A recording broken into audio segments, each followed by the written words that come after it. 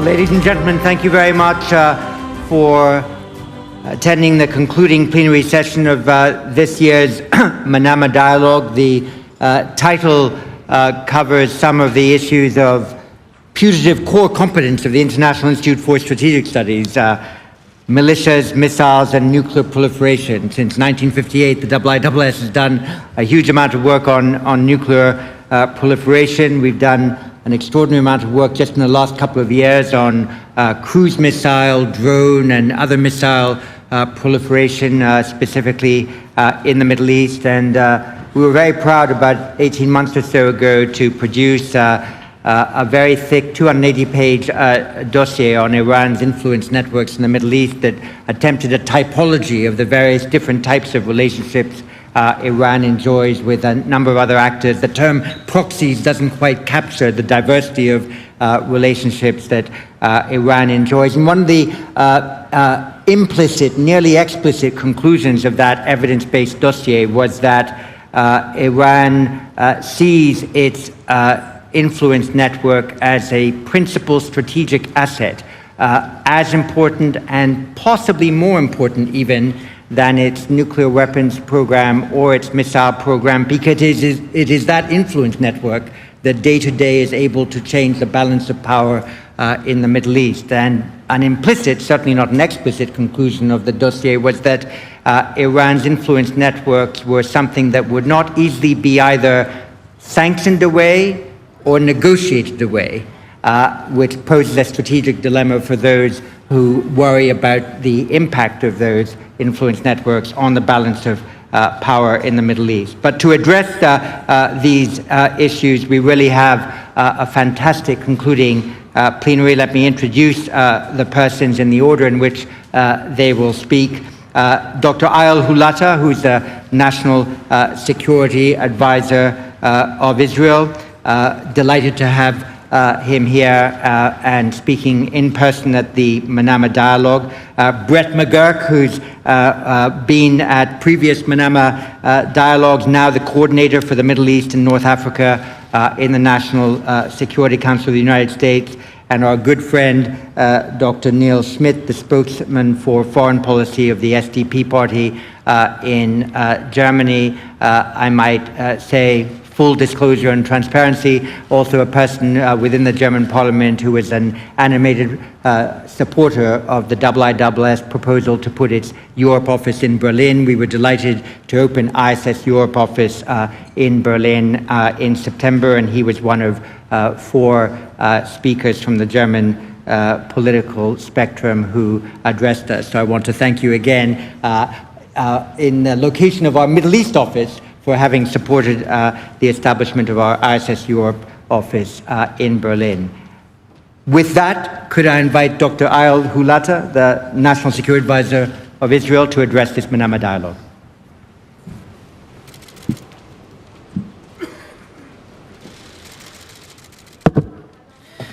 Thank you, John.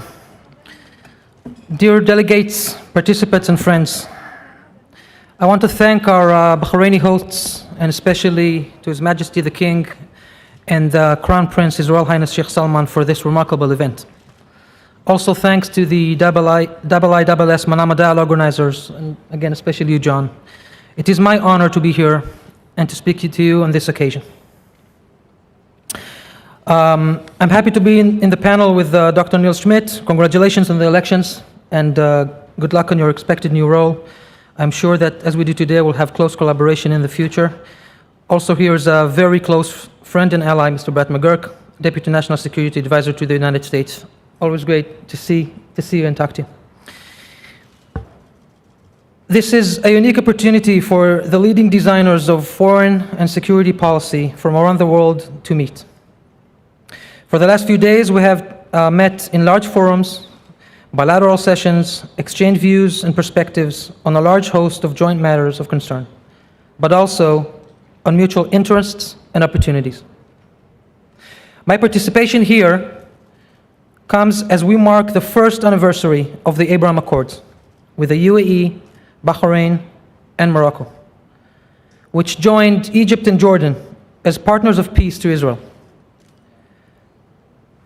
These accords have been a clear message across the region that collaboration, innovation, and optimistic vision are the best driving forces for the better future of our peoples. Ladies and gentlemen, this panel is titled Militias, Missiles, and Nuclear Proliferation. Indeed, issues that Israel deals with at the top of our national security list of priorities. By and large, these are the means used by extreme regimes, sub-state organizations, and individuals as they attempt to destabilize the region and prevent prosperity. I start by that note because though Israel faces these threats on a daily basis from multiple fronts, we recognize that this is true for many of us. These threats are not driven by our own over-politicized issue of Israel's right for existence. They are at the root of all extreme ideologies which strive to impose themselves on the rest of this region and other parts of the world. Indeed, they affect all of us present here today and other countries which seek progress. Naturally, my contribution to this panel stems from Israel's continuous struggle against the threats of Iran and its proxies. We are not alone in this struggle. Israel is indeed in the forefront, but so are our friends from Bahrain, the UAE, Saudi Arabia, and Iraq. With all of us stands the United States of America. Secretary Austin yesterday laid down the U.S. commitment to its allies and partners in the region. We in Israel feel that obligation every day. Israel's inclusion in CENTCOM is a symbol not only of our ironclad alliance with the United States, but also of our acceptance by the region as a constructive defense partner. The United States and Israel have for years been strategic partners in coping with Iran. We may not agree on everything, but we share the goals of preventing Iran from ever being able to break out to nuclear weapons and to limit the regional domination. Ladies and gentlemen, we are at a critical point in time on several fronts as it comes to Iran. And I'm hopeful that we come out strong and successful. This is a public venue. Much of these issues should be left for closed rooms and private conversations, but there is merit in expressing publicly what we all know and understand. Iran is currently the most destabilizing force in the region. From the Persian Gulf to the Red Sea, from the Arabian Sea to the Mediterranean, Iran and its proxies continuously threaten civilian life and feed on chaos in failed states. Iran deployed proxies on our borders, sponsored militias around the Gulf and elsewhere as agents. It engages in terrorist attacks to attack those who object its regime. The attack on the Aramco facilities in Saudi Arabia, on Emirati ships, on the Mercer Street, and recently, the attempted assassination of the Prime Minister of Iraq. All of those attacks executed by Iran or by its proxies were carried out by missiles and drones. This has been a tremendous force build-up effort by Iran in recent years. They call them defense capabilities. But clearly that's false. While the Iranian people are suffering through an economic crisis, Iran invests vast sums in development and manufacturing of weapons aimed to threaten and hurt its neighbors. But by far, at the top of the list of threats is nuclear proliferation. Nuclear proliferation is a strategic threat for all of us. Iran has been aspiring to achieve nuclear weapons capabilities for decades and paused only when was faced by determination. We've been speaking about malign activity of Iran throughout the region. Think how much bolder and dangerous it will be with a nuclear umbrella.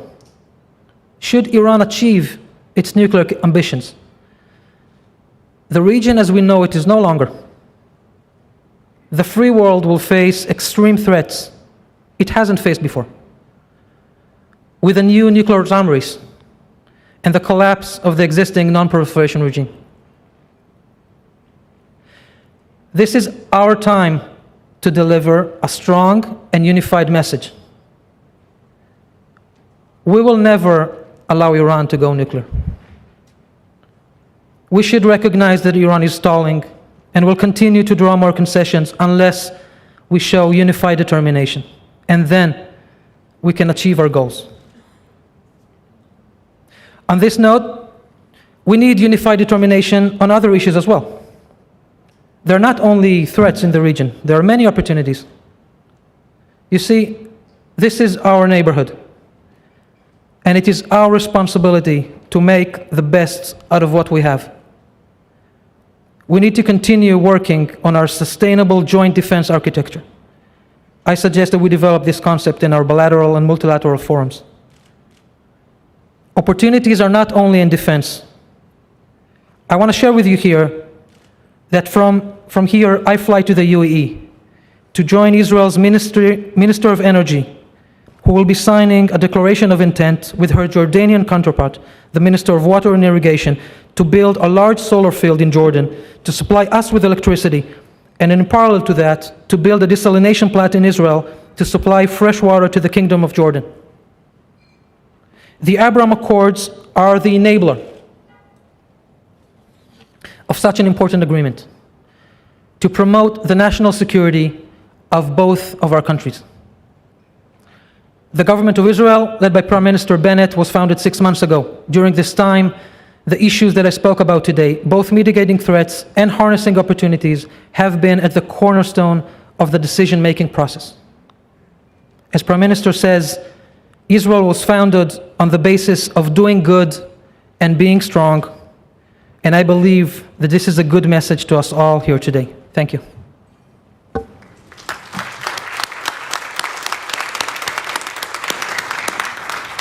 Ayel, thank you very much, and I hope during the discussion we can enter into a little bit more detail about what could be meant by a sustainable joint defense architecture in this region. Brett Mcgurk, the floor is yours.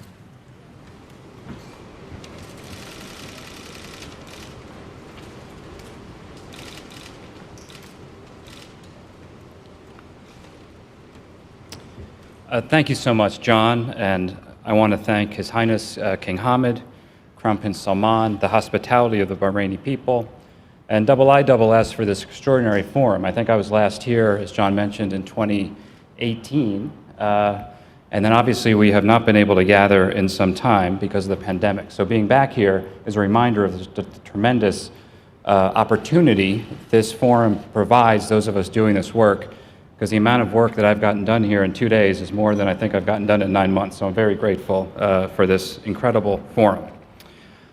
I'd like to start by filling in some of the broader themes of our integrated strategy here in the Middle East, following on Secretary Austin's important address yesterday. And I thought I would just back up. I know the topic is on militias, missiles, and nuclear proliferation. But I've been asked here over 2 days whether the United States is deprioritizing the Middle East region, or leaving the region, whether to focus more on Europe or Asia or our own hemisphere, or whether the withdrawal from Afghanistan somehow presupposes a withdrawal from the Middle East. So you heard it from Secretary Austin, but let me be absolutely clear. The United States is not going anywhere. This region is too important, too volatile, too interwoven with American interests to contemplate otherwise.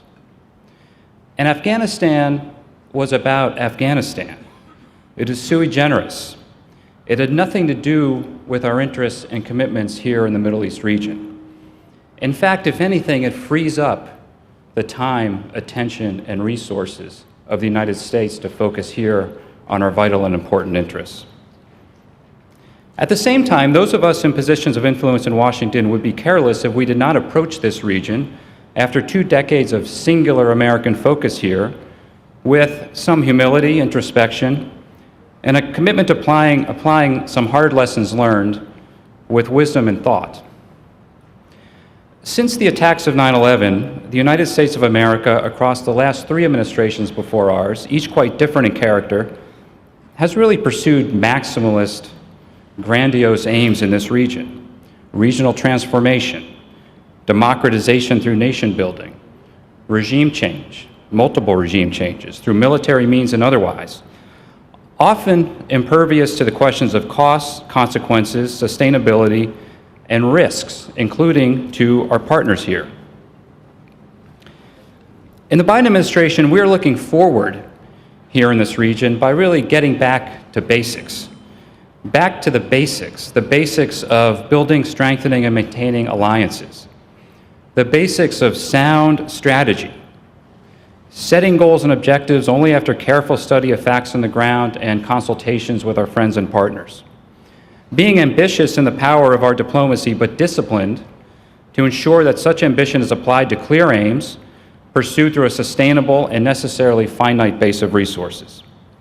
So how does this theme back to basics, the basics of partnerships, of alliances, of patience, of aligning ends and means, pertain to particular issues? I'll focus on a few examples, but starting with the title for this panel, Militias, Missiles, and Nuclear Proliferation. I'll state the obvious. What do these three things have in common? They have in common Iran. They are, as John mentioned, they are Iran's means of extending power and threatening friends in this region and our own personnel. From the outset, in the Biden administration, we assume, based on experience and analysis, that the regime in Iran is an adversary, and it will remain so for the foreseeable future. We fully support and welcome diplomacy to address discrete issues, reduce risks of miscalculation, and find potential avenues for de-escalation wherever they exist. We support the Iranian people's aspirations for accountable governance, as we're seeing this past weekend in Isfahan. But we have no illusions that Iran might suddenly change its orientation, or that the regime in Tehran might collapse under the weight of unilateral sanctions with moderates rising to the fore to take the reins. One might hope for those outcomes, but to pursue them headlong as a matter of American foreign policy, impervious to cost, risks, including to our friends, is naive, realistic, and leads to unintended consequences, often to the detriment of U.S. interests and the interests of our friends. Accordingly, our approach to Iran, a declared adversary, is grounded in essential and tested principles of deterrence, diplomacy, and de-escalation, neither of which can work without the other. And from these principles, we really have three immediate aims. First, following on what my friend Dial mentioned, preventing Iran from obtaining a nuclear weapon. We are deeply concerned, as should the entire world, if you follow this issue closely, about the dramatic and increasing acceleration of Iran's nuclear program since the prior presidential administration left the JCPOA. President Biden has stated, and he means it, that we are committed to diplomacy. But we are also prepared to pursue other options should diplomacy fail. Second, we are committed to strengthening our friends and our partners. We've taken note of engagement between the Gulf states and Iran, and we're realistic but hopeful that such engagement might de-escalate tensions here, reduce the risks of miscalculation, ultimately reduce the risk of new conflicts.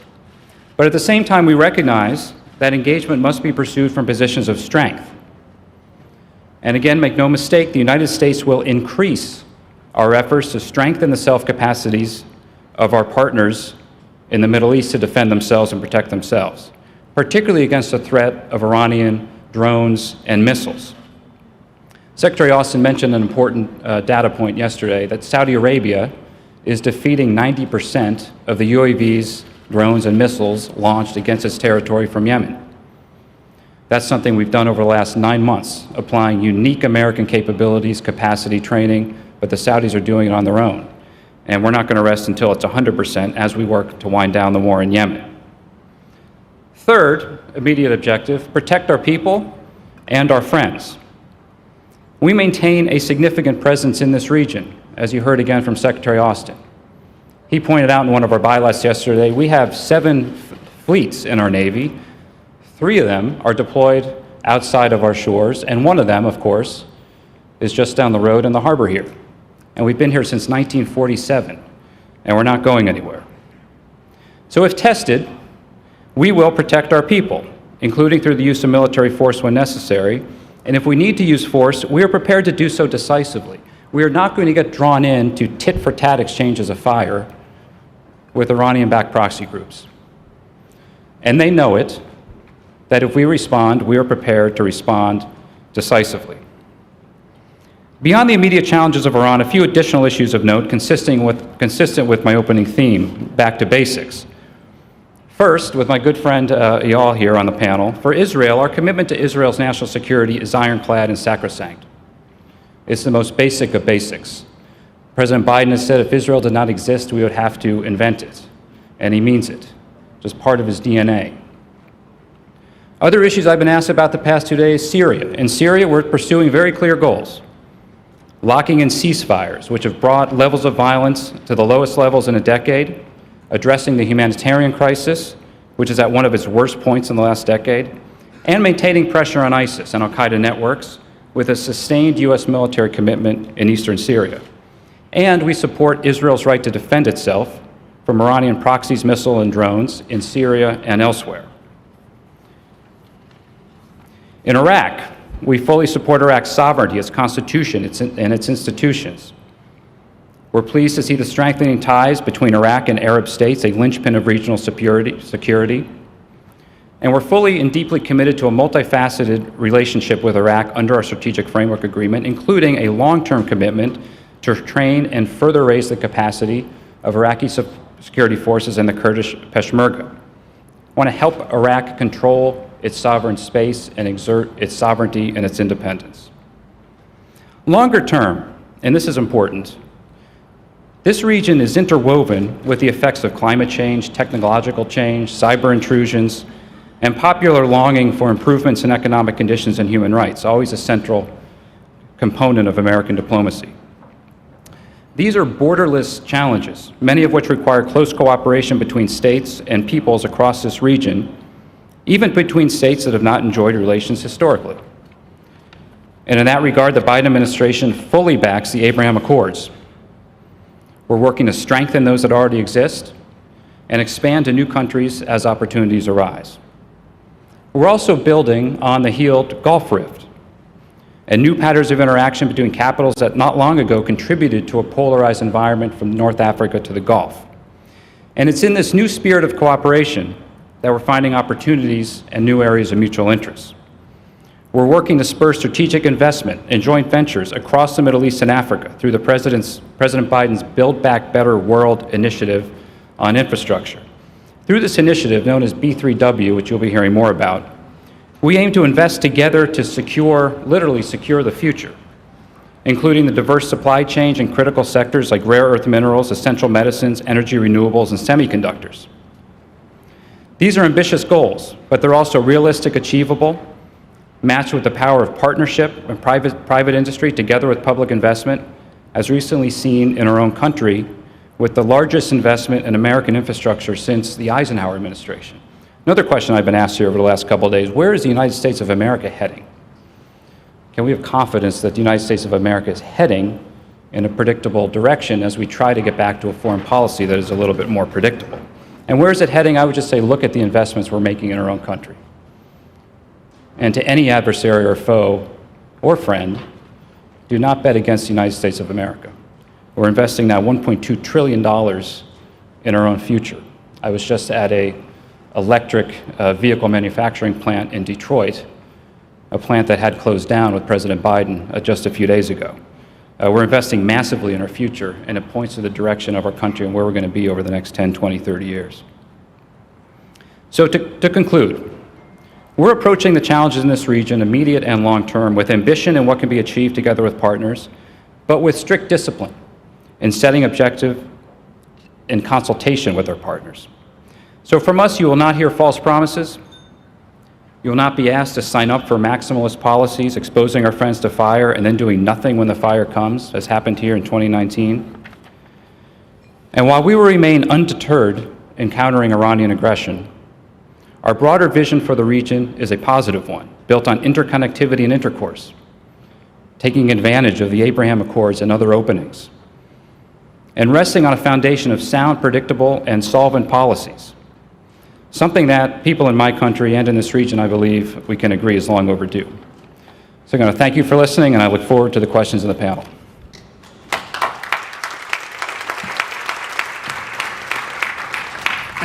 Thank you, Brett, for that important message that I hope I accurately paraphrase by saying that the U.S. is withdrawing from ambitious maximalist aims to reconcentrate on basic core interests. It was also, I think, interesting for people here to hear you say that this administration wouldn't want to be drawn into, tit-for-tat exchanges. We might have an opportunity in the discussion then to expand on what instruments of deterrence are operating against Iran, whose tactical microaggressions might sometimes have strategic consequences. So we might want to concentrate on that a bit. Neil Schmidt, the floor is yours. Foreign spokesperson for the SPD party, who before Christmas will have their chancellor in office. Hello, everybody, ladies and gentlemen. Let me first thank the Kingdom of Bahrain for this great hospitality, the King and the Crown Prince. And let me just say that this is my first time in Bahrain, the first time that I attend the Manama Dialogue, and we see the potential, John, of IISS at full display here. So I'm hoping the very best for Berlin and what you are going to organize in Berlin in the next years to come. So let me also thank you, John, and the team of IISS for having me on this panel. Since I've arrived here 2 days ago, I had a lot of talks with a lot of international guests here, and many asked me about the incoming coalition government in Germany, what is to expect from a Chancellor Olaf Scholz. So my short answer is, when it comes to foreign policy in the Middle East, do not expect too much change, but lots of continuity. Since we are still in the midst of negotiations, I'm not allowed to talk to you about any details. But there is one point that has already been finalized among the three potential partners, and that is the utmost importance the new government will attach to our relationship, our friendship with Israel. And I will just remind you that the still acting Chancellor Merkel rightly declared that Israel's security is part of Germany's reason of state, Staatsräson, and therefore non-negotiable. And this strong commitment is already one of the core foreign policy foundations of the new governments that is coming in probably next month. And this will also shape our view at the region, especially with regard to Iran. A nuclear Iran with nuclear weapons, would pose an existential threat to Israel and would also pose an extreme threat to all the countries and people in the region. Besides this continuity in our relationship with Israel and a continuous backing of the two-state solution, we also see close cooperation with our most important partner and friend outside the European Union, the United States. This has already also been stated in the preliminary document of the coalition government. But as the Biden administration is shifting its focus towards the Indo-Pacific and the systemic competition with China, it's up to us Europeans to increase our diplomatic, economic, and as a last resort, our military activities in Europe's direct neighborhood. And this not only includes Africa and the Mediterranean, but also the Middle East. And over the last few years in the fight against ISIS, you have seen some of the first signals of this growing involvement. Germany will also remain a true multilateralist and increase its engagement with the region through international organizations like the United Nations and, of course, through the European Union. One of the basic tenet of Olaf Scholz when it comes to foreign policy is the following. Europe is Germany's most important national interest. Therefore, you will see the new German government using its political influence to make Europe stronger, as it is clear to us that only a sovereign Europe will be able to defend its values and interests in a world increasingly shaped by disorder and great power competition. Putting Europe at the center will also shape Germany's approach towards the Middle East, which will closely align with our partners in the European Union, especially France, and with our non-EU partner and friend, the United Kingdom. We've seen, when it comes to Iran and its nuclear program, that cooperation with France and the UK is nothing new.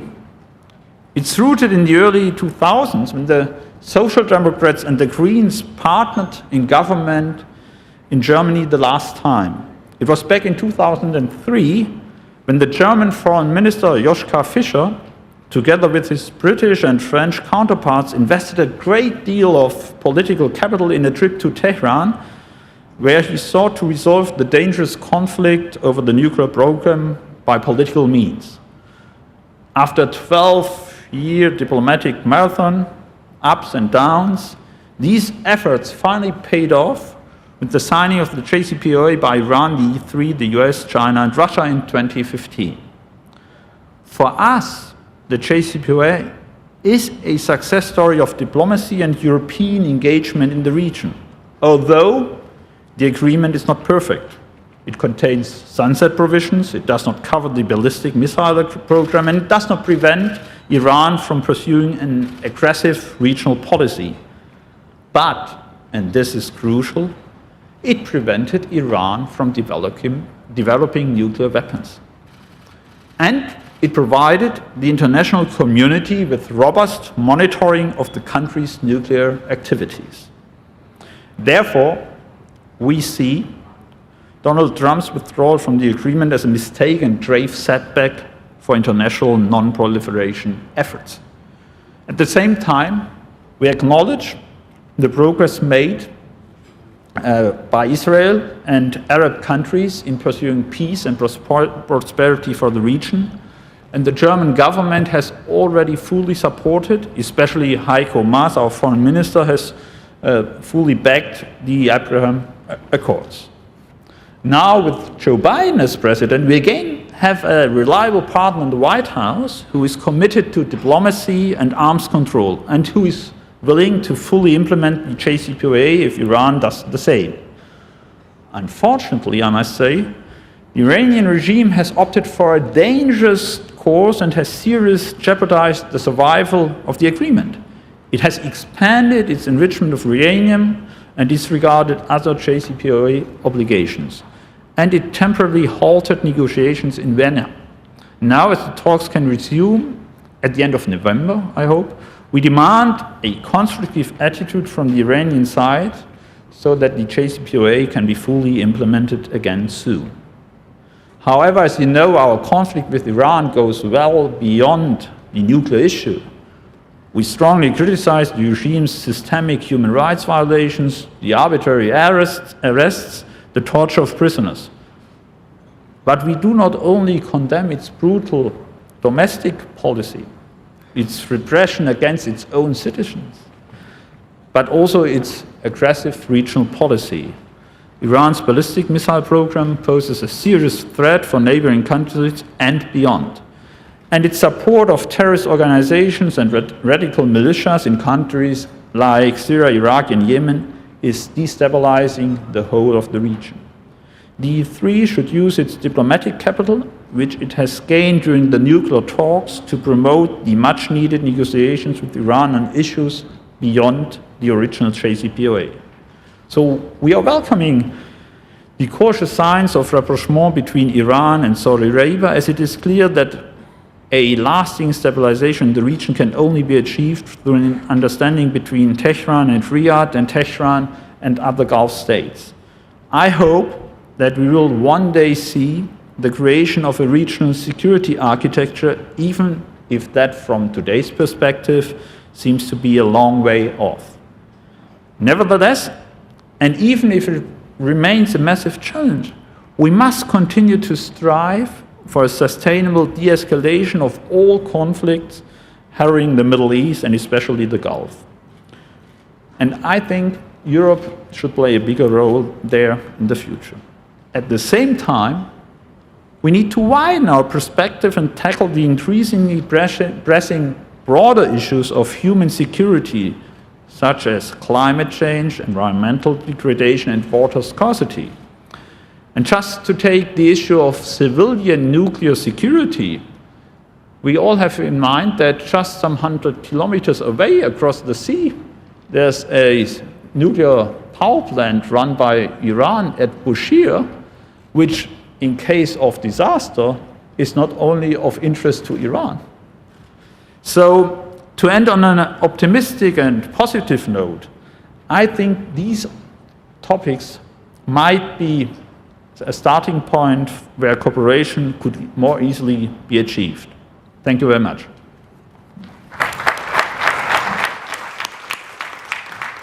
Niels, thank you very much for that clear enunciation of the key factors of German policy in the region and specifically towards the arms control challenge, and your call at the end for a more organized EU approach to the Gulf and the Middle East again calls to mind the question of what place the Gulf and the Middle East will have in the EU strategic compass that is in the process of being negotiated and should be issued next year.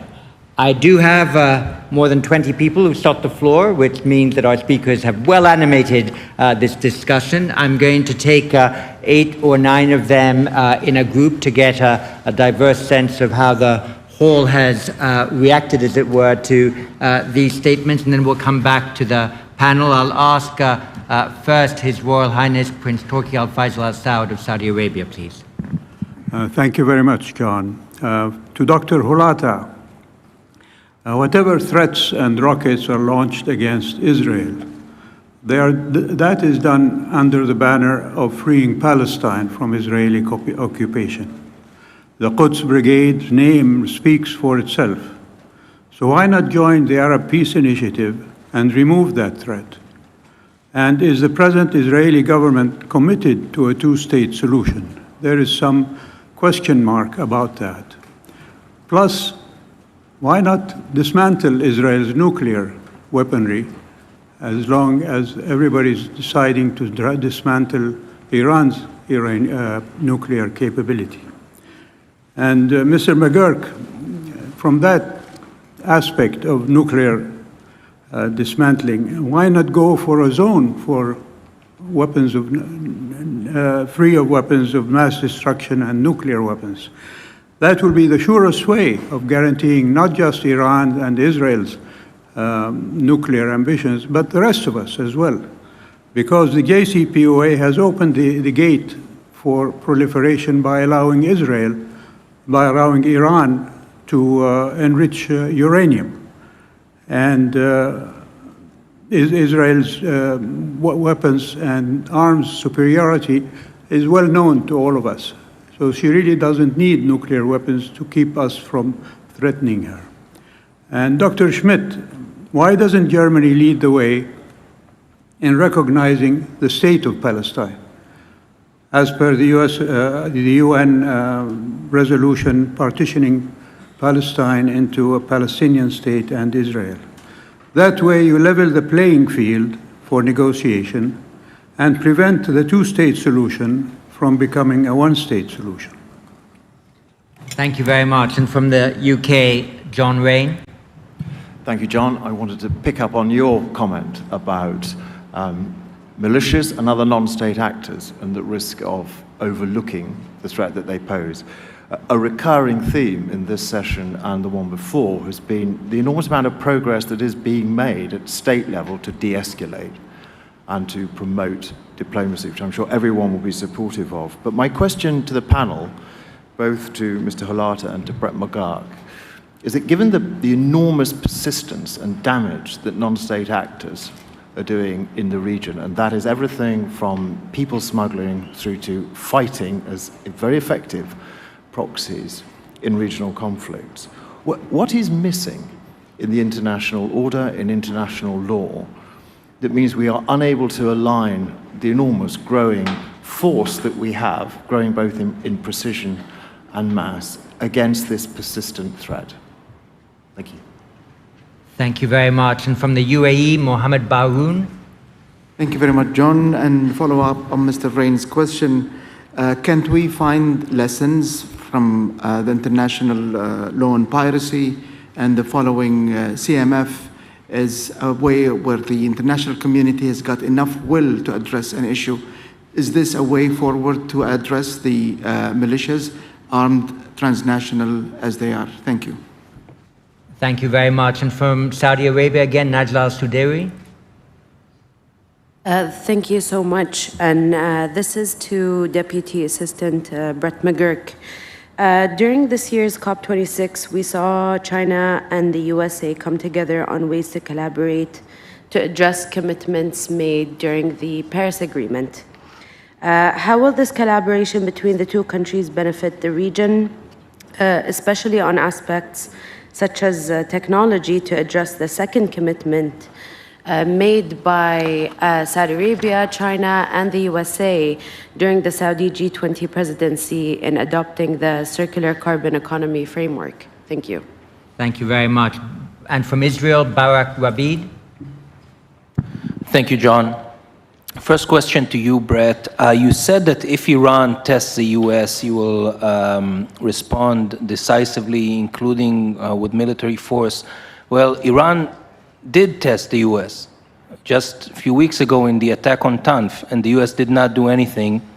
And as you know yourself, in this region, many people, when they see inaction, they interpret it as weakness. So I would like you to comment on that. And to Mr. Khulata, the previous Israeli government, during the talks on the JCPOA, was against any deal with Iran. And the result was that Israel became totally irrelevant to the talks. It seems that the new government is taking the exact same position. Aren't you concerned that you will become irrelevant as the previous government got? Thank you very much. I'll take two more before we come back. Nicholas Childs. Thanks, John, and thanks to the panelists for their remarks up to now. In terms of the themes of this session, the friction points that are being addressed, that we've witnessed some spillover from these in the maritime domain, as we've heard over the past couple of days, with various different incidents in and around the Gulf and in other waterways in and around the region. Learning from that, what kind of extra efforts to mitigate and prepare for the risks of and concerns of escalation and miscalculation that are being fueled by these should be addressed? Again, given the remarks that Mr. Mcgurk made, that others have highlighted about not being drawn into tit-for-tat approaches, but in terms of, as I say, that issue of deterrence that you, John, and others have raised already, and mitigating and dealing with and preparing for that risk of escalation that potentially could be there in the maritime sphere specifically. Thanks very much. And the final one in this round, and there will be another round, not to worry. Abdissam Al-Ketbi from the UAE. Thank you, John. I'm Sam Kitby from Emirates Policy Center. Well, the things which I didn't hear or addressed our main issue, everybody is addressing the nuclear issue. Here in the Gulf, this is not the issue. The missiles is this. The nuclear missiles, the range, the numbers of these missiles, the drones. So I'm wondering how this will be taken to Vienna negotiation. And the other things that I heard from General Austin, from Bert Mcgurk, but nobody is talking. You mentioned that if Iran did not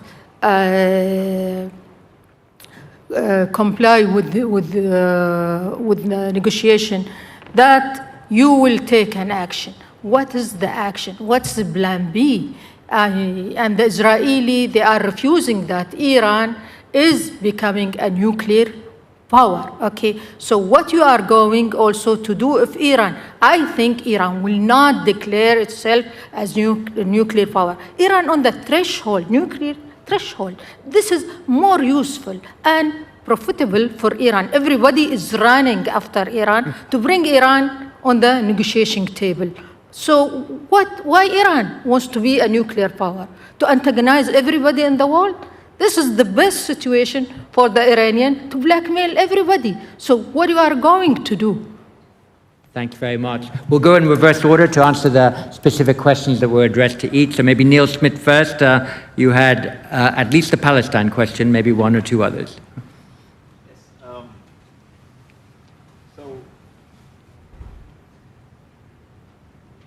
Okay, yeah, here we go. Well, there has been a long-standing policy from the German government not to formally recognize the state of Palestine because we are still lacking a fully negotiated peace settlement between Palestinians and Israelis. And so we did not want to take this step, but this does not diminish our full commitment to the two-state solution. And I can only defer to the electoral platforms of the probable three coalition partners, and all three parties agree upon the need to push for a full-fledged two-state solution. Unfortunately, I must say, I think there's also some soul searching to do on the Palestinian side. The postponing of the elections sent a very bad signal, I think. But still, in terms of recognition, we will fully recognize the state of Israel as soon, the state of Palestine as soon as there is a negotiated peace agreement, and we are pushing for that. We will continue to push for that. Maybe I could add something about regional security. I think that it's right to deal with these issues in a different framework from the JCPOA, because we need to include much more closely regional actors when it comes to arms control, transparency, confidence building measures, or else when it comes to economic cooperation or cooperation on environmental issues. And I believe that a full return to the JCPOA could provide the political environment for creating such a framework to address all these issues in a proper way. Thank you very much. Brett Mcgurk. Thanks, John. I think I'll start with Barak Ravi's question. We didn't do anything. I also said something important at the lectern, that these subjects you don't always talk about in the open, and not every response is going to be on CNN or something blowing up. So we didn't do anything. It's not accurate. And you have to look at the pattern of these things. The American military killed Qasem Soleimani in Baghdad. We got 24 ballistic missiles. And there's a sense I pick up that then everything stopped. It didn't stop. 2 Americans were killed in March, about 10 weeks later, from rockets, and a British soldier. And the attacks continued. And so there's a sophisticated way to go about this, some seen, some unseen. But the message we have sent very clearly is that we are prepared, and we are very prepared to respond in a decisive way. And I think Lloyd also made that clear, and I made that clear, and that's where this might head. We don't want it to head that way, but we're prepared if it does. On the question of JCPOA and missiles, on missiles and UAVs, we are focused similar to how we approached the prevalence of IEDs back in the early years of the Iraq War, with the entire US government, every agency, department, expertise on addressing this threat. And our missile defenses are very good. Our missile defenses here in this region with our partners are extraordinary. And the UAV defenses are getting much better. And so that statistic on Saudi Arabia that Secretary Austin mentioned yesterday, 9 of every 10 are being shot down. And we want to make it 10 of every 10, but we are very focused on this. That gets to a key point in my remarks about the deterrence and the deterrent capability of our partners here in the region. Our partners here in the region have extraordinary capabilities, and we know that those capabilities are enhanced with our ability to train, capacity build, integrate networks. And that is something we are increasing. I don't think it gets the attention and the headlines. That's really not what it's about. But it's about strengthening the defense of our partners. And we never want to have what happened here in 2019, where a state-on-state attack from Iran to Saudi Arabia, not only was it an effective attack, there was no response. And frankly, the former president, I think, tweeted at the time, we shouldn't be in the Middle East. That is not the approach we're taking to this region. It's quite the opposite. But we're starting with deterrence, diplomacy, de-escalation. We're not trying to rattle sabers. We're focused on what matters. But we will protect ourselves and protect our friends. Ayo. Thank you, John. I'm very happy to receive questions from Your Royal Highness Prince of Saudi Arabia. And I think to respond to that, we need to look at it from a broader perspective. Israel's role in the region has been, I think, stabilizing rather than destabilizing. I think there was a conventional thinking that as long as there is no solution to the Palestinian conflict, there could not be stability in the region. And I think that we're able to show, starting from the agreement with Egypt through Jordan and the Abraham Accords, that we can deal with those issues in parallel and hopefully to find how to combine them rather than separately. Now, of course, our adversaries will always use that as propaganda. The Quds Force are called Quds Force for a very specific reason. But I would ask, when they fired drones at Aramco, was that because of us? Was that because of things that we didn't do? I don't think so. I think that they did that because they want to destabilize the entire region. And I think that they use us as an excuse oftentimes as propaganda. Now, Israel, the government of Israel is committed, and they made it clear, to the stability and the improving of the lives of the Palestinians. We're working with the Palestinian Authority intactly, and we'll continue to do so. And hopefully, in a point in time, there could also be political advancements. But as we look at the situation with the Palestinians, we also need to look at Gaza. In Gaza, it's a different ballgame because we have withdrew from the Gaza Strip. This did not improve the security of Israel. On the contrary. And with Gaza, Israel only wishes for the Hamas to stop accumulating arms and to fire at cities and towns, and want to bring back 2 soldiers and 2 live civilians that are in Gaza as a humanitarian issue. And we'll continue to promote stability as it comes to this conflict. Sorry. Thank you very much. We have time for another big round, so we'll go through people crisply. Franz Stefan Gadi from Austria. Thank you, John. And this is a question for the Israeli National Security Advisor. I think he would be best suited to answer it. Picking up on what Mr. Mcgurk recently said about that it's inaccurate to say that the United States didn't respond to recent Iranian aggressions. I would like to ask a question about Iran's growing cyber attack capabilities. Have you, over the last year, seen a qualitative change in Iranian offensive cyber operations? And if so, what can be done to mitigate or more effectively deter Iranian cyber operations, offensive cyber operations in the region? Thank you. Thank you. And from Bahrain, Hassan Al-Hassan. Thank you very much, John. My first question is to Mr. Holata, the Israeli National Security Advisor. You mentioned the need to construct a joint defense architecture in the region.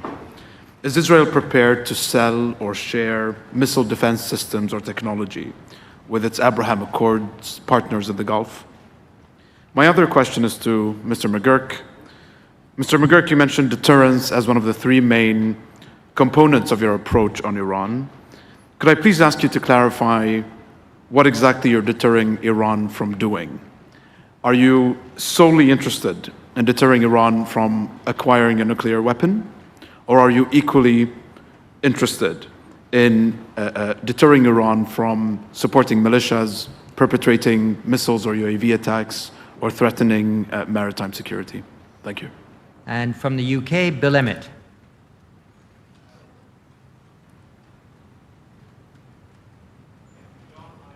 Here we are. There we go. Very good. Thank you, John. My question is obviously pegged to the fact that we're in a world of two superpowers, each with global reach, global interests, and global capabilities and relationships. And I'd like to ask the panel to provide their analysis of the way of China's strategy towards the questions that you have been addressing, and China's role both as contributing to the problem you've been addressing, but also potential role contributing to the solution beyond, if you like, the formalities that we've seen over P5 discussions. And from France, Louis Imbert. Thank you. Mr. Holata, you said Israel would not let Iran become a threshold state. And Mr. Mcgurk, you said the US wouldn't let it get a nuclear bomb. Those are not the same statements. I believe there's some kind of a disagreement here that's shown about where those nuclear talks that are supposed to start again in Vienna soon are going, how long they will last, and what they can achieve. Could you please both clarify that? Okay. Thank you. Robert Ward. Thank you, John, and thank you to the panel. A question for Brett Mcgurk, if I may. Japan's security debate has been evolving rapidly, partly reflecting the rising tensions in the East and the South China Seas, of course.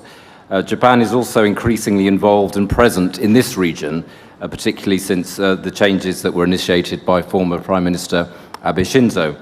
What more would you like to see Japan doing here to support regional security? And from Germany and the IISS Berlin office, Ben Schreier. Thank you, John. My question is for Niels Schmidt. You said in your remarks that we shouldn't expect too much change in Germany's foreign policy, but rather continuity. But could I proceed to you that maybe allies and partners would like to see the reverse? More change and less continuity, more robust posture towards China, more robust posture towards Russia, and maybe also more robust posture towards Iran, particularly if a JCPOA plus doesn't yield any change in Iran's behavior. So wouldn't Germany need to do more and change more rather than less continuity, including in this region? Thank you. And from the UK and the IISS again, Fenella McGurty. Thank you, John. So my question is for Mr. Mcgurk. So a common theme that has come through for me from several speakers is the focus on economic prosperity and in order to achieve stability and provide other options and to avoid any escalation of instability and incidents of terrorism. So Iran's economy is facing acute difficulties at the moment. Inflation has exceeded 30% in recent years. So with that background, does it present a challenge for engaging in any diplomacy or rather than deterrence, or does it provide scope for negotiation in terms of the balance of the negotiations? Thank you. And Mark Fitzpatrick. Thank you. Louis Imbert posed my question about the difference between not allowing Iran to have the capability to build a nuclear weapon and not allowing it to have a nuclear weapon. So let me just phrase it this way. Dr. Schmidt noted the achievement of the JCPOA in not allowing Iran to have that capability. And I wonder if this is recognized by the Israeli government. And let me just say, it is so good to see you, sir. It's so good to see Israel represented on this stage. Inclusion of important states is an important goal. Tom Beckett. Just as a preface, with Mr. Mcgurk saying that the US is willing to respond with precision, and I probably won't get this exactly right with precision, but not, and quite correctly, not willing to enter into tit for tat. What used to always surprise me about this region was how popular maximum pressure was, yet very few people seem to articulate what the outcome of maximum pressure would be, which most observers thought would be a more hardline regime in Tehran. Well, there is a more hardline regime in Tehran now, and so here in this region, people think that, and thought, that what is sometimes coined as maximum diplomacy will have about as much chance of success as maximum pressure in achieving a behavioral change in Tehran. So if it doesn't, and this is the question for the United States, is the United States really willing to apply decisive military force to achieve behavioral change? The question for Israel is, does Israel want the United States to do that? And the question for Europe is, what would the Europeans do if a shooting war were to start in the Arabian Gulf? That's such a dramatic question. We probably need a couple more just for the panelists to seize on the best answers. Daniel Dillon-Boehmer from Germany. Many thanks, Mr. Chipman. Sort of picking up where Mark Fitzpatrick and Louis Imbert left, I was wondering, Mr. Hulata, what is actually really Israel's red line for a new agreement with Iran? What does Israel actually expect as a minimum outcome? Because even the Netanyahu administration never made that quite clear. So I wonder if your administration will. And from Bahrain, Nufal Awadi. Thank you, Chairman. My question is addressed to the panel. Nuclear proliferation has been a consistent threat ever since the days of the Cold War and even post-Cold War. But now the concept of security threats has changed. So we have the security threat of a global pandemic, and this has also entered into the definition. So my question is, how can we create a sustainable peace, and how does the international community aim on creating that, especially keeping in mind the younger generations as well as the future generations? Thank you. Thanks very much. And I think we'll actually have time for a third round here. So the 7 or 8 who are on my list, don't worry, you'll probably get to the floor. But maybe I'll take the answers in the order in which the individuals initially spoke. So Ayol, you first. All right.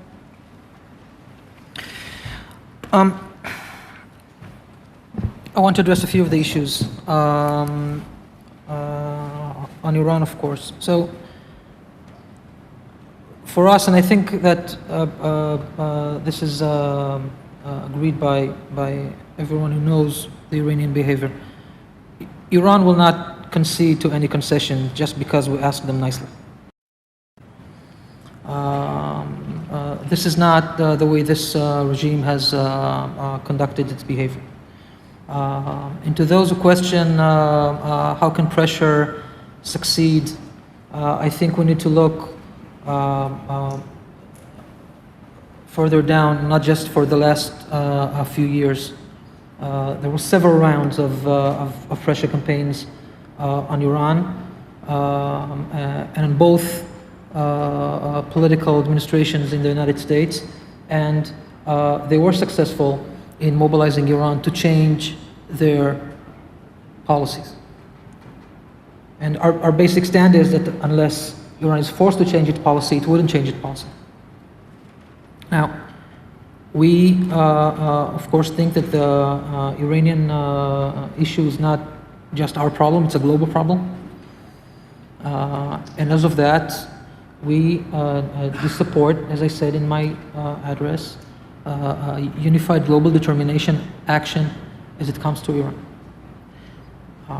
But Israel at the same time has said over and over again, and we've said that, the Prime Minister said that as well, this time, Israel will be ready to defend itself if it needs to. And we will make the preparations to do so when we need that. And other than that, as I said in my address, I think that the specifics should be discussed in the proper settings. So if you excuse me, that's as about what I will say here in public on this issue. On cyber that was asked, I think that cyber warfare is becoming more and more easily available. I was asked about whether or not Iranian capacity is improving. I think what's definitely improving is the notion that this can be used more easily without consequences, even when attribution is more easily assigned than before. That's a big scope. I'm not sure I have the time for that, but John, as we said, maybe in a separate conference we can devote time to talk about that. Thank you. But you can add a couple of sentences perhaps on your assessment of Iranian cyber capability. Has it increased because of improvements in capacity and doctrine, or because they see fewer legal constraints in their use of cyber power? I think the main reason is that they believe that that is a tool that they can use more easily without paying consequences. And it's easier to use cyber than to, on Israel at least, and I think in general for them, than to use other means. And this is why they do it more and more. I think the question on how to block this, how to deter from it, and how this should be countered is a critical issue that we need to look into, indeed.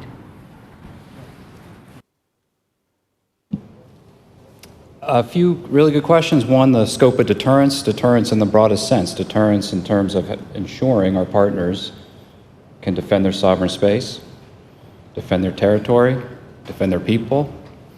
So it's a broad scope of deterrence, and it's about enhancing state capacity in self-defense, something the United States can uniquely do in terms of helping partners together with others. A good question about China. You have to ask China about their approach to the region, so I can't speak for them. I traveled to Beijing as a private citizen and had a discussion with their Middle East team. They describe it as win-win arrangements. We have comprehensive strategic partnerships with Iran, UAE, Saudi Arabia, Egypt, very close friends with Israel, get along with everybody, no problems. And the Middle East tends to be a little more complicated than that. President Biden had a good conversation with Xi Jinping, in which obviously Iran was a key topic. You just have to present the facts. The Iranians are trying to present a narrative that the United States left the nuclear deal, and therefore we need to lift all our sanctions, and then maybe they'll return to compliance with their nuclear program. You just present the facts, as we've done with the Chinese, the Russians, and everybody, about the scope of Iran's nuclear advancements over the last 3 years. So to get back to this compliance for compliance, it has to be negotiated, because there are steps they need to take in order to get back into compliance, which is the condition for sanctions being lifted. I mean, that's basically the formula. And I think the Iranians believe they have some eastward option with Russia and China in which they can circumvent the pressure of sanctions, and that's just wrong. And so I think we're approaching the talks at the end of November as a pretty united front with the P5+1. And we'll see what the Iranians put on the table. I have, I think you heard from Rob Malley, so I think you can understand our level of confidence, but we are still hopeful that diplomacy can find a way. But if it can't find a way, we are prepared to use other options. I think I had the question. There's no question. We are not going to allow Iran to get a nuclear weapon, period. And when it came to military force for behavior change, that's a pretty fuzzy objective for military force. When it comes to military force to prevent a country from obtaining a nuclear weapon, that's a very achievable objective. Asked about Japan. The last time I was on this stage, John, I was here with the Japanese foreign minister. So Japan has an important role to play, critical ally here, particular maritime capabilities, and a really important partner. And I think it's very important to have allies from around the world invested here in the Middle East region, because the interests here are so vital for all of us around the world. A question about Iran and given the scope of sanctions, which are quite broad. And I would remind you, we have not lifted any sanctions since the Biden administration came into office. Because what we inherited was a rapidly escalating nuclear program. And so the bargain is if sanctions are going to come off, the Iranians have to commit to getting their nuclear program back into the constraints of the nuclear deal. I think one theme of these questions, if you really look back, whatever you want to say about the JCPOA, there are definitely problems with it. I think we've all criticized it in and out of office. It put a ceiling on Iran's nuclear program for a decade. We would not be talking about this problem if that deal was still in place. We could focus on other things. So that is why we are committed to this compliance for compliance arrangement, and we have managed in the last 9 months to rebuild a united front in the P5+1, so we are not the isolated party. But the question was about what can you really do given that sanctions are on Iran. There's an easy way out in terms of sanctions relief for Iran, and it is the nuclear deal. And I know there's a lot of talks between the Gulf states and Iran. I mentioned them in my opening. And again, if there are avenues for de-escalation, avoiding miscalculation, having opening channels of communication is a good thing. But I think the message Iran is hearing is that any extent of normalized trade, commerce, the only path out is through the nuclear deal because the nuclear threat is so serious. It is not the only threat. Just going back to something from the last round of questions, missiles, militias, state capacity, these all need to be dealt with. But the nuclear thing is escalating. It's reaching a crisis point, and that is why we are so focused on it right now. And Neil Schmidt? So about German foreign policy, be careful what you wish for, because the alternative, at least as far as it is represented in Parliament, on the far right and far left, is probably not what you are expecting Germany to do in the future, to be closer to Russia, to be closer to China and the like, and to be rather neutralistic in its foreign policy. So I think that continuity in German foreign policy is good news for the world, for our neighbors in Europe, and also for the Middle East. This does not mean that there will be not some adaptations to new realities, especially when it comes to China. This has been debated in German foreign policy circles for some years now. And so if there is a China chapter in the new coalition agreement, you should read it carefully. If there's not, well, okay, you will see the new government in action. I think that we have fully understood systemic rivalry with China. We have fully understood that this has a lot of dimensions, not only military and diplomatic, but also technological and economic. And I think that especially for Germany, with its high-tech economy, with its export-oriented economy, this is a very important issue. So there will be more geoeconomics now at display in German foreign policy than before. And this brings me also to the question of how we see China's role in this region. Well, there are two guidelines China follows in foreign policy. One is non-interference, and the other one is stability. So that sounds good, especially for the region, stability. Non-interference would be also very welcome because there's so much interference going on in the region. Still, we also see some more active engagement from China. So arms exports have become a tool of foreign policy by China. This also is relevant for the region and for the wider region, so to say. And we also have the idea of shaping the multilateral order along Chinese ideas.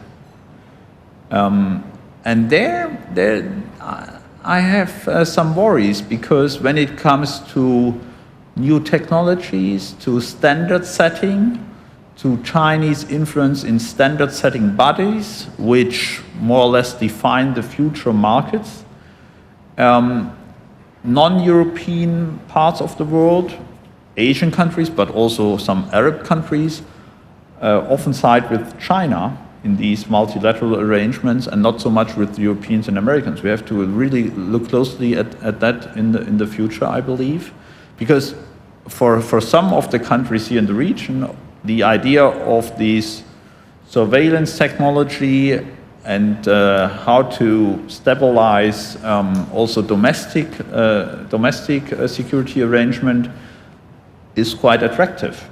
And so data privacy, how Chinese tech companies may get into national sensitive critical infrastructure is an issue not only for Europe, but also for the Arab world, for Asian countries. And I think that we need to debate these issues more with our partners here in the region as well. And there will be one more continuity in German foreign policy, that is to avoid shooting wars. So I do not speculate about shooting wars in the region. I just want to say that we should enhance our diplomatic activities and political engagement in the region, together with the Americans and other partners, because this region is the neighborhood of Europe. And I believe that in the changing geopolitical landscape, there's not so much the European Union, especially Germany, can do about the Indo-Pacific. Well, we partner with the US when it comes to dealing with the Indo-Pacific. There has been the new document, the guidelines for the Indo-Pacific, elaborated by the outgoing Foreign Minister Heiko Maas. But still, when it comes to a very direct engagement, I think that the immediate neighborhood of the European Union, that is Mediterranean, post-Soviet space, Middle East and Africa, will see and will need much more European involvement in the future. And so we want to avoid a shooting war not only in the post-Soviet space, of course, but also in the Middle East. Thanks very much. Well, I can't promise that everybody will come back in, but I'll give it a good shot here. 3 or 4 questions at least from Saudi Arabia, Faisal Al-Fuzan. Thank you very much, John. My question goes to Mr. Brett. Does the United States have the cyber capabilities to define itself and its partners from Iran cyber attacks or from other countries like China? Thank you very much. From Iraq, UAE, Mina Al-Orebi. Thank you very much. I want to focus on the militia part of the panel, and Brett Mcgurk, if I could please ask you about militias in Iraq. Hashd al-Sha'bi is now a part of the state apparatus, and yet under its umbrella are militias that very vocally speak about attacking US interests, but also Iraqi interests. So how do you resolve that when the US time and again speaks of the importance of Iraq's sovereignty? Thank you. Jason Isaacson from the US. Thank you, John. Seconding Mr. Fitzpatrick's remark earlier, allow me to also note how significant and welcome it is to have National Security Advisor Hulata in this plenary session. To Mr. Mcgurk, consistent with the remarks yesterday of Secretary Austin, thank you for your strong messages of continued U.S. commitment to close strategic partnership with Israel and with America's longtime allies and friends in this region. But on your last response to questions, I wonder if you could share with us your thinking about the plans not only to return to the JCPOA, but also to broaden that agreement to include regional aggression and missile development. If you succeed in returning to JCPOA, what leverage will be retained, or what other diplomatic tools can you envision to produce such a broader agreement? Thanks very much. And from Germany, Jan Kuhlmann. Thank you very much. I have a question about Syria, please, which I would like to address to Mr. Mcgurk, if I may. The UAE has re-established its diplomatic ties with Syria on a new level. The State Department said that they are worried about it, but there are many people who consider this reaction to be rather lukewarm. And if the US is not in favor of it, they are at least accepting this new foreign policy. Could you clarify your position, and what is the answer we may or could expect if Syria is really returning to the Arab League, as it may happen on the next summit? Thank you very much. And from the US, Basma Halawiwo. My question to Mr. Mcgurk. For years, there are talk that the US and its Gulf partner need to implement an integrated missile defense system in the Gulf region to counter the threat of Iranian missile, drone, and UAS. And at the same time, the whole world is seeing Iran escalating its drone and missile distribution and production. In your opinion, what are the challenges, reasons that delay implementing an integrated missile defense system in the Gulf region similar to Israel Iron Dome? Thank you. Thank you very much. Dana Allen. Thanks, John. I have an observation leading to a question to all the speakers. The observation is that until this session, I think this is, it was only the Jordanian foreign minister who spoke with any emphasis about the Israel-Palestine issue, and that's different from a lot of past Manama dialogues I've attended, and I have to say it kind of stipulate that it constitutes evidence that Dr. Hulata is correct when he says it's not really a big source of regional instability or that important for regional stability. However, my question is, if the two-state solution, as many observers believe, is on its deathbed, if not dead, what are the long-term implications for the special relationships that Israel has with both the United States and Germany? And finally, Ragida Dergam. Yes, thank you very much. Ragida Dergam, founder and executive chairman of Beirut Institute. And my question is to both Mr. Mcgurk and Mr. Schmidt. I want to actually be honest with you. I want to chide you. I want to pick a bone with you both, because you have deliberately absented a very important country that is being dismantled, partially and very big partially due to the Iranian influence in it, and that is Lebanon. Mr. Schmidt, first, Europe, and particularly Germany, has been practically representing the Iranian interests in the talks, in the nuclear talks, and you speak of your worry about the Middle East problems. There is an abortion of judiciary investigation into the port, the explosion of the port in Beirut, and we don't hear you speak out.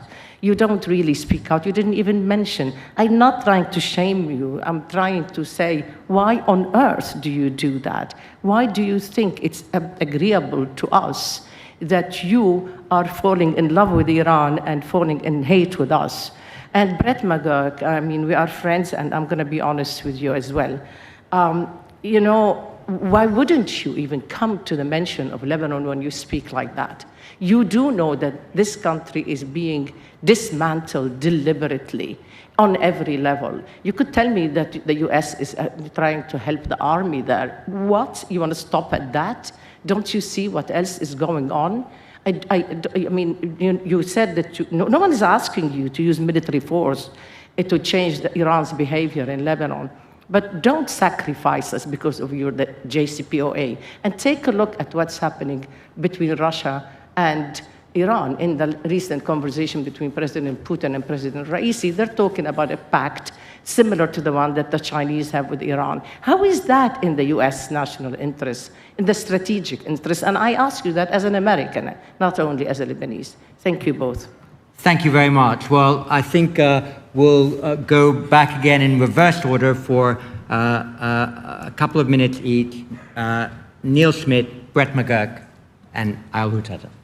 Niels, pick up what you think most important there. So, well, neither I nor Germany is falling in love with Iran, to be very clear about that. We stated our support for Lebanon many times, and our foreign minister was one of the few European foreign ministers to go to Lebanon after the explosion. And we are ready to assist the Lebanese authorities to fully investigate the background of this explosion. And let me be also very clear that Hezbollah and Iran has been playing a very destructive role in Lebanon for many years. And that's why the current German government confronted Hezbollah by taking measures to rein in Hezbollah activities in Germany. But I must be also very clear about the total failure of the Lebanese elites over the last few years. And there can be no unconditional support from the West for these elites, partly kleptocrats who have been plundering their countries for many years. And that's why, despite all my sympathy with the Lebanese people, I'm advocating that in case that there will be no changes, the EU must think of sanctioning Lebanese officials for their wrongdoings to bring about changes in Lebanon.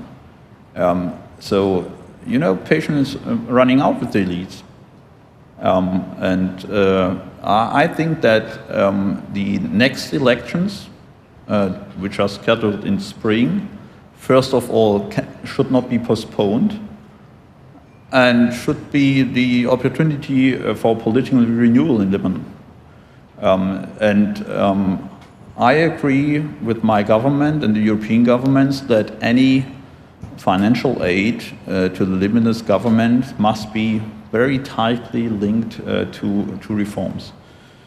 On this two-state solution, we all see that it's maybe not on a deathbed, but implementation of the two-state solution has become more and more complicated. But still, we do not see any better alternative to the idea or the concept of a two-state solution. So I think we should, rather than conceiving of new arrangements, we should rather concentrate on concrete steps of improving Israeli-Palestinian relations and also of improving living conditions in Palestine, which could contribute to make a two-state solution more probable and better to realize in the years to come. The German government will not give up on the two-state solution, and it has the full political backing of all the relevant political parties in the German parliament for that. Excellent, thank you very much. Brett McGurk. Rashid, I think I really want to address your question because we didn't mean to not mention Lebanon. So we are very focused on Lebanon. We just sanctioned a slew of corrupt Lebanese officials who are doing nothing to move the country forward. And we're doing what we can with a carrot and stick approach, including working with the IMF to try to pull them out of the economic morass they're in. And yes, doing what we can with the Lebanese armed forces to ensure that that institution remains intact. So there's a lot we're doing, and unfortunately we're almost out of time, but I'm happy to speak with you after the panel. On Syria, I will make a prediction. Syria is not coming back to the Arab League. I see the Secretary General of the Arab League in front of me, so I won't speak for them, but I think this is what I've seen reported of this kind of uncontrollable trend. I think I would just, what we've been saying is let's really look at this in terms of what's happened in the last 3 years. I mean, these embassies opened back in end of 2018. Mohammed bin Zayed called Assad in 2020. This has been something that has been ongoing, but I do not see a galloping forward towards readmission to the Arab League or normalization or anything like that. We have been listening to our friends in Arab capitals about how they see the region, how they see the situation in Syria, and trying to incorporate very deeply held views in these capitals into how we approach Syria. We've also made very clear that we don't think it's a good idea just to engage the Assad regime, given all that's happened and the crimes against humanity and the need for accountability for free. There has to be some step-by-step process there. And I know that's being worked on. I think Ayman Safadi spoke to that in some detail here on this stage yesterday. On the JCPOA and future leverage, look, the Iranians asked for things that are not in the JCPOA. They want a lot more. And so that just shows there's a lot of things they want that are not in that deal.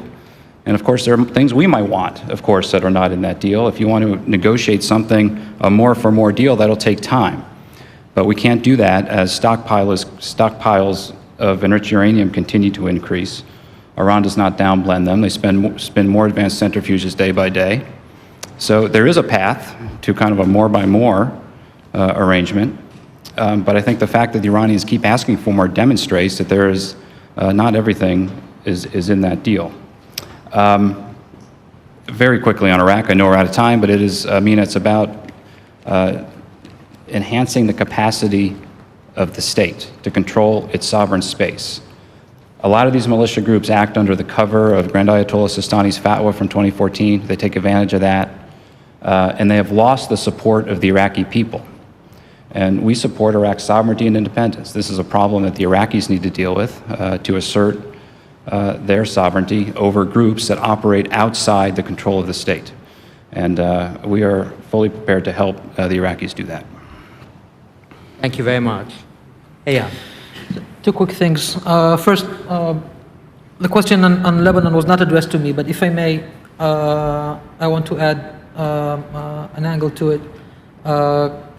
Clearly, the situation in Lebanon is very, very bad. And one may question whether or not, I mean, Iran is clearly not the sole reason why Lebanon is in this situation, but Hezbollah's activity and supported by Iran and funded by Iran definitely does not help in doing so. Now, here's a country that has been an Arab country, a member of the Arab League that has been torn apart because of this extreme ideology. One could say that this also has to do with Israel because of Hezbollah. But how far will we all go in allowing Lebanon to be put to threats because of Hezbollah's ideological pursuit as it comes to Israel? It cannot all be about us. And this gives, I think, room for a wider paradigm that I want to talk about. Look, I'm not a political figure. I'm the National Security Advisor to Israel, but I represent my government here. The government of Israel is the most diverse government ever been formed. We have a Muslim Arab minister in the government. We have a Druze minister in the government. We almost have gender equality in our government. This is happening in Israel now. This makes me very optimistic. I think this should make the region optimistic. This definitely makes the Israeli people optimistic. And hopefully, when we look at it this way and give the opportunity to do things better, some of the issues that were addressed today could be treated with a different paradigm thinking than we used to. Thank you. Well, thank you very much. Let me do three things here. First, invite you all to thank our three panelists for their sometimes somber but always calm, analysis-rich and evidence-based discussion that they've animated today. Please, thank you to our panelists.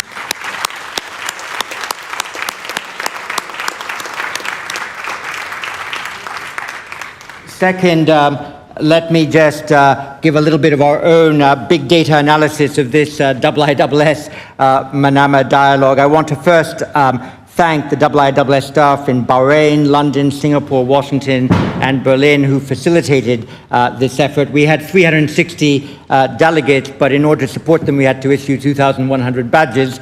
30 government delegations, apparently 657 million impressions on social media referring to the IISS Manama dialogue. At least 100 bilateral meetings that we know of took place. So we're delighted that this has indeed again been a useful platform for intergovernmental diplomacy, but also to add some needed transparency into the regional strategic debate. I want to thank the Kingdom of Bahrain for having hosted us again so generously this year, to the Office of the Prime Minister, the Ministry of Foreign Affairs, the Bahrain Defense Forces, the Ministry of Interior, the Royal Protocol, and of course to the people of Bahrain who've played such a generous role in receiving us here today.